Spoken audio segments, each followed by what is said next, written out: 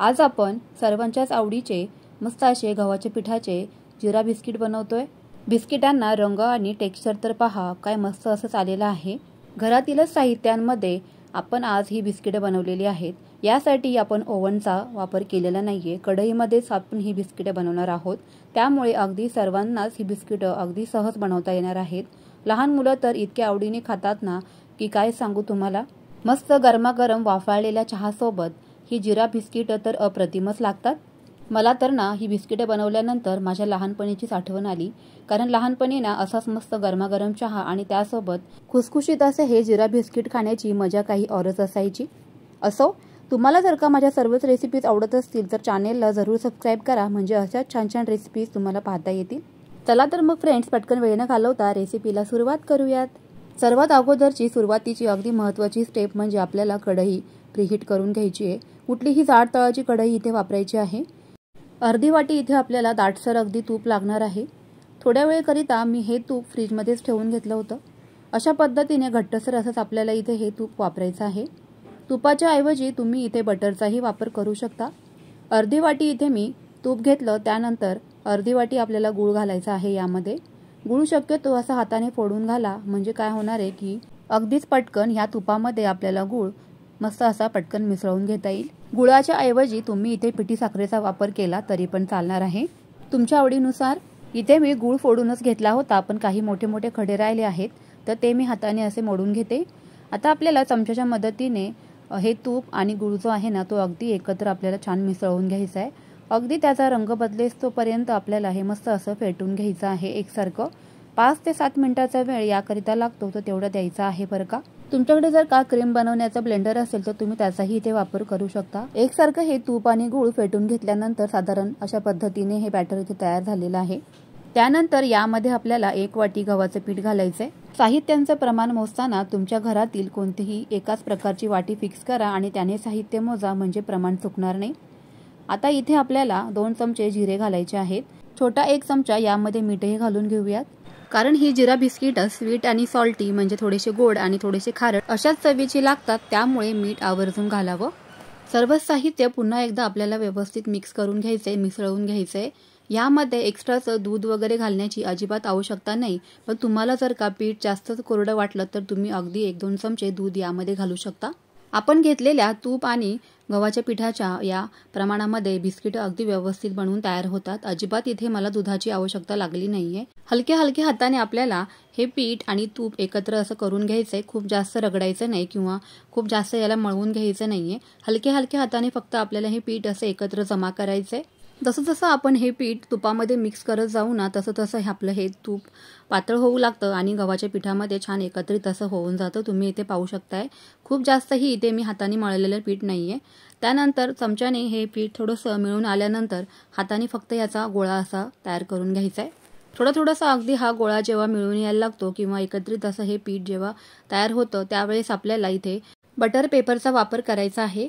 तुमच्याकडे जर का अशा पद्धतीचा बटर पेपर नसेल तर तुम्ही एखादी कॅरी बॅग घ्या, त्याचाही वापर केला तरी पण चालणार आहे। आता हे सर्वच पीठ या बटर पेपरवरती मी या पद्धतीने काढून घेते।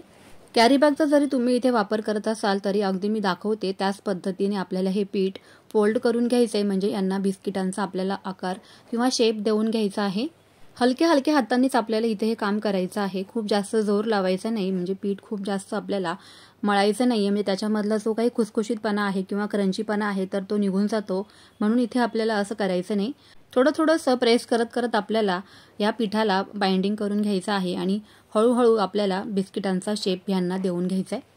तुम्हाला जो आकार बिस्किटांना द्यायचा आहे त्या आकारामध्ये तुम्ही हा शेप देऊन घ्यायचा आहे। इथे मी आडव्या पद्धतीनेच बिस्किटांना आकार देणार आहे। तुम्हाला जर का गोलाकार आवडत असेल तर तुम्ही इथे गोल रोल बनवला तरीही चालणार आहे। या स्टेजला तुम्ही बिस्किटांना जो काही आकार तुमच्या आवडीप्रमाणे द्यायचा आहे तो तुम्ही देऊ शकता।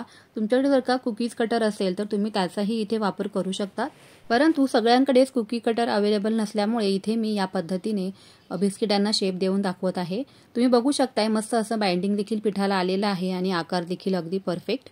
आता सुरीच्या मदतीने हळूवारपणे आपल्याला या बिस्किटांना कट करून घ्यायचे, अगदी मी दाखवते तसंच।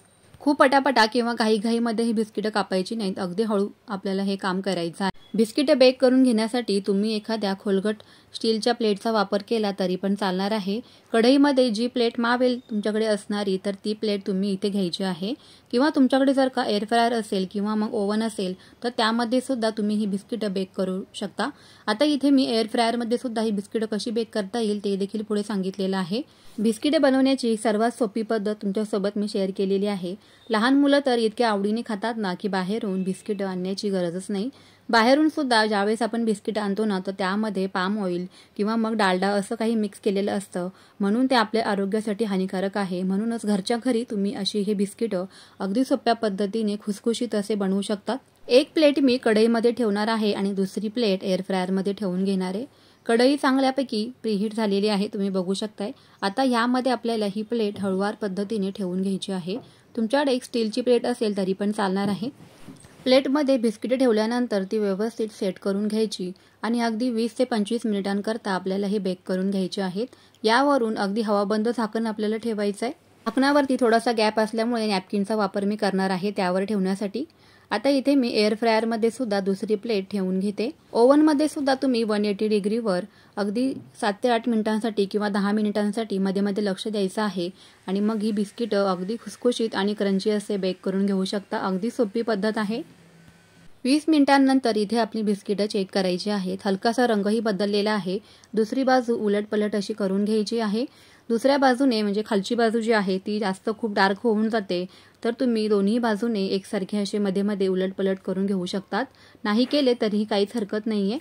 एअर फ्रायरमध्ये अशी ही बिस्किटं बेक करून घेत असताना वरील बाजूनी जास्त गडद रंग येतो आणि खालची बाजू मात्र थोडीशी लाईट अशीच राहते। आता इथे बिस्किट बेक झाले की नाही ते आपण चेक करूया। तर अगदी व्यवस्थित 20 ते 25 मिनिटांमध्ये ही बिस्किटं बनवून तयार झालेली आहेत। अशी ही बिस्किटं तयार करून घेतल्यानंतर नॉर्मल टेम्परेचरला पूर्णपणे थंड करून घ्यायचे आहेत, मग मात्र अतिशय खुसखुशीत असेच बनतात। बिस्किटांना रंग आणि टेक्स्चर तर पहा काय मस्त असं आलेलं आहे। अगदी विकतच्या सारखीच ही बिस्किटं इथं दिसत आहेत। घरभर छान या बिस्किटांचा सुगंध दरवळलेला आहे आणि खुसखुशीत आणि क्रंची असे आपले इथे बिस्किट बनवून तयार झालेले आहेत। सांगितल्याप्रमाणे तुम्ही देखील परफेक्ट साहित्यांचं प्रमाण घ्या आणि मस्त असे हे खुसखुशीत जिरा बिस्किटं घरच्या घरीच तुम्ही देखील बनवा। गरमागरम वाफाळलेल्या चहासोबत ही जिरा बिस्किटं अगदी अप्रतिम चवीची बनवून तयार होतात। रेसिपी आवडली असेल तर नक्की बनवा आणि मला कमेंट सेक्शनमध्ये कळवायला मात्र विसरू नका।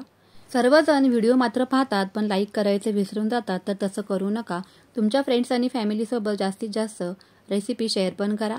चला तर मग फ्रेंड्स, पुन्हा भेटूयाच अशाच छानशा एका नवीन रेसिपीसोबत। तोपर्यंत always keep smiling and keep cooking. Bye bye friends.